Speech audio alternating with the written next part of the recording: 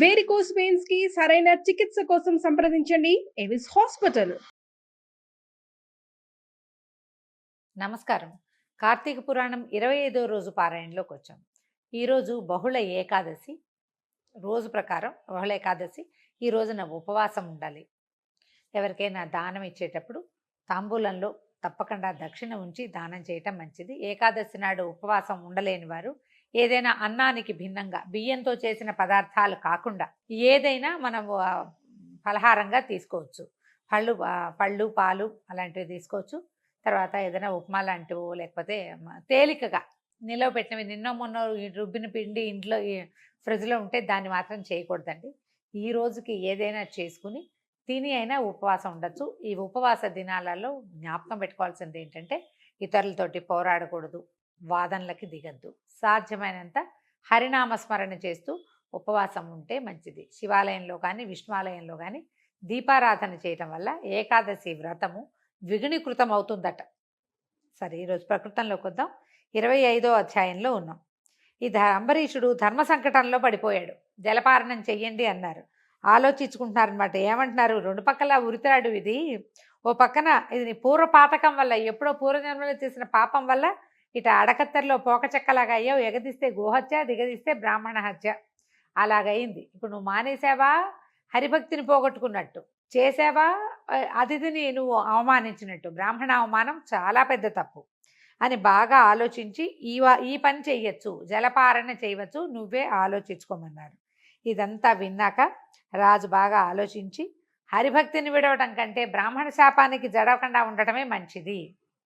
కాబట్టి కొద్దిగా జలపానంతో కొంచెం 3 పురుషులు నీళ్ళు తీసుకుని పారణని చేసేస్తాను అని చెప్పి, జలపానం భక్షణం అవుతుందని కొంతమంది పెద్దవాళ్ళు చెప్పున్నారు.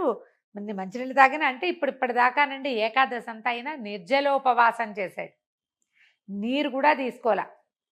ఆ నీరు తీసుకున్నా అది ఆహారంతో సమానం అవుతుందన్నమాట అని బాగా ఆలోచించి చెప్పారు. కాబట్టి ద్వాదశ అతిక్రమణ దోషం అన్నం తిన్నట్టు కాదు, తిననట్టు కాదు.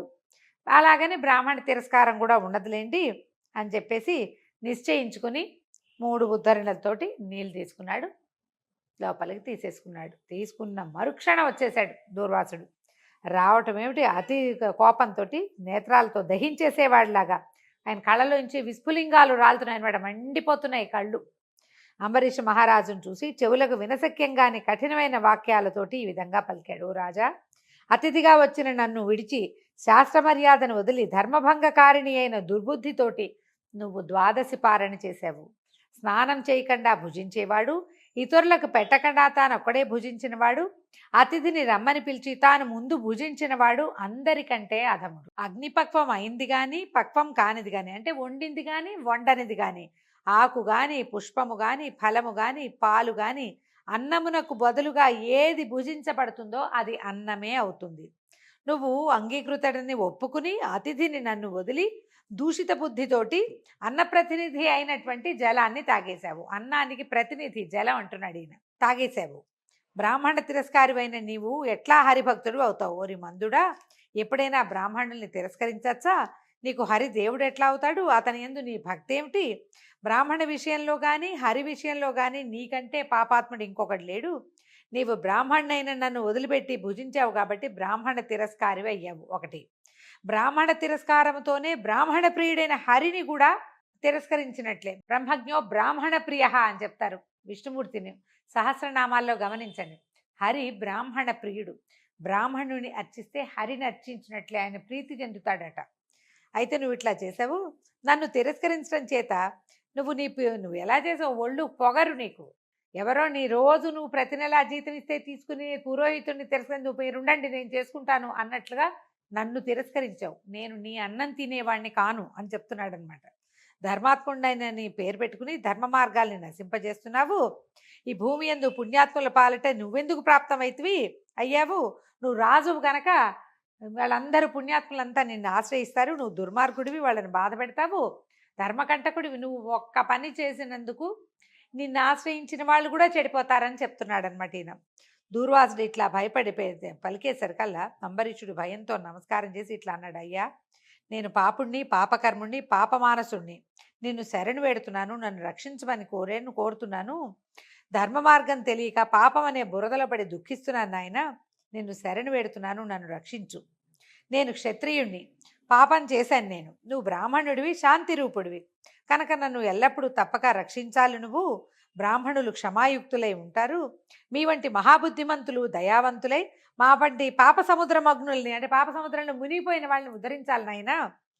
ఇట్లా పాదాల మీద పడి పరిపరి విధాలుగా ప్రార్థించాడు. ప్రార్థిస్తున్న అంబరీష మహాముని మహర్షిని చూసి, అంబరీష మహారాజును చూసి దూర్వాసుడు తన ఎడం కాలుతో తన్నేసేటండి. ఒక్క తోపు తోసాడు ఎడం కాలుతోటి. తోసి దూరంగా నిలబడి మిక్కిలి కోపంతో శాపం ఇవ్వడానికి ఆయనకి మాటలు తడబడిపోతున్నాయన్నమాట.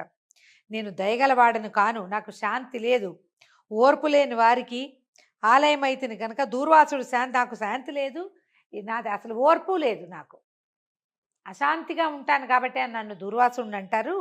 ఇతర మునీశ్వరులందరూ కోపించిన వాళ్ళయ్యి తిరిగి ప్రార్థిస్తే వాళ్ళ ఎర్రలు శాంతులు అవుతారు.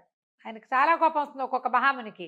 మనం కాళ్ళు పట్టుకుని బతిమలాడితే ఆయన కరిగిపోయి అయ్యో పాపం శాపం ప్రతిశాపం ఎదురైనా దీనికి శాపానికి అంత్యం ఇది, శాపావసానం ఏమిటి అనేది చెప్తారు. కానీ నేను చెప్పను అన్నాడు. కానీ ఇదే దూర్వాస మహాముని శకుంతల కథ విషయంలో చేశాడు ఇట్లా. శకుంతల కథ జ్ఞాపకం చేసుకోండి. దుష్యంతుని జ్ఞాపకాల్లో ఉన్నటువంటి శకుంతలని నువ్వు ఎవరి జ్ఞాపకాల్లో మునిగి ఉన్నావో అతను నిన్ను మర్చిపోవుగా కానీ దూర్వాస మహాముని శాపం ఇచ్చాడని, తర్వాత ఆమె యొక్క అనసూయ ప్రియం వద్ద శకుంతల యొక్క చెలికత్తలైన వాళ్ళిద్దరూ గజగజలాడుతూ ఆయన్ని బ్రతిమలాడేశారు కల్లా ఏం చెప్పాడు, ఒక గుర్తు ఏదైనా అభిజ్ఞానం చూపిస్తే అతనికి గుర్తొస్తుంది అన్నాడు. కానీ దూర్వాసుడు అలాంటి వాడుగా ఇంకెక్కడా చెప్పడండి. కాళిదాస మహాకవి దాన్ని కల్పించారు. ఇక్కడ చెప్తున్నాడు ఈయన, మిగిలిన ఋషులంతా ఏదో ఒక రకంగా వాళ్ళు శాంతులయ్యి కోపాన్ని తగ్గించుకుని శాపావసానం చెప్తారు. కానీ నేను మాత్రం కోపం వచ్చిందా, కోపం తెప్పించిన వాడికి కఠినమైన శాపం ఇవ్వక శాంతించువాడను కాను అని పలికి అంబరీషుణ్ణి ఉద్దేశించి శాపం ఇచ్చాడట. మత్స్యము, కూర్మము, వరాహమము, వామనుడు, వికృతముఖుడు, క్రూర బ్రాహ్మణుడు, క్షత్రియ జ్ఞానశూన్యుడు, క్షత్రియ రాజ్యాధికారి కానివాడు, దురాచారుడు, పాషండ మార్గవేది, బ్రాహ్మణుడై రాజ్యాధికారి కానివాడు, దయాశూన్యుడై బ్రాహ్మణుని హింసించువాడు, నేను శాస్త్రార్థవేదిని కనుక విచారించి జలముతో పారణ బ్రాహ్మణుని కంటే ముందు చేసిననే గర్వంతో ఉన్న నీకు ఈ 10 జన్మలు వస్తాయి. అంటే 10 యందు గర్వం పొందదగింది ఒక్కటి కూడా లేదు, అద్భుతమైన జన్మ ఒక్కటి కూడా లేదు. వీటిల్లో నువ్వు గర్వించిన వాడికి గర్వభంగకరమాలైనటువంటి ఈ మొత్తం జన్మల్ని నీకు ఇచ్చేశానని అన్నాడు.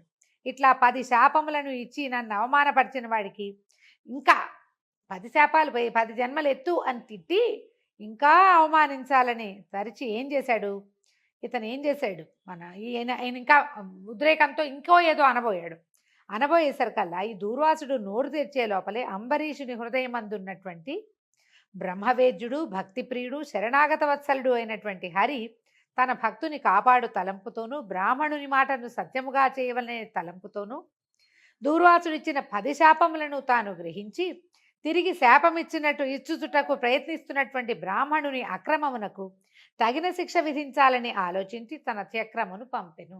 ఆ చక్రము కోటి సూర్యకాంతితో ప్రకాశించు జ్వాలలు మండుచుండగా నోరు తెరుచుకొని పైకొచ్చింది.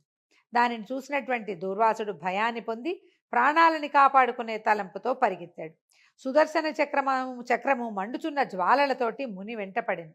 ముని ఆత్మరక్షణకై భూమంతా తిరిగెను. దూర్వాసుడు చక్రము చేత భూచక్రమంతయు తిరిగింపబడెను గాని చక్రభయము చేత ఎవడును మునిని రక్షించువాడు లేకపోయెను.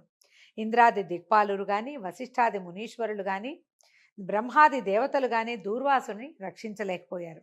ఇట్లా తపస్సు చేసుకునే మునీశ్వరుని అతికోపము చేత బుద్ధి చెడి హరిభక్తునకు అవమానం చేయుట చేతే దూర్వాసునికి ఈ ప్రాణ సంకటము తటస్థించెను.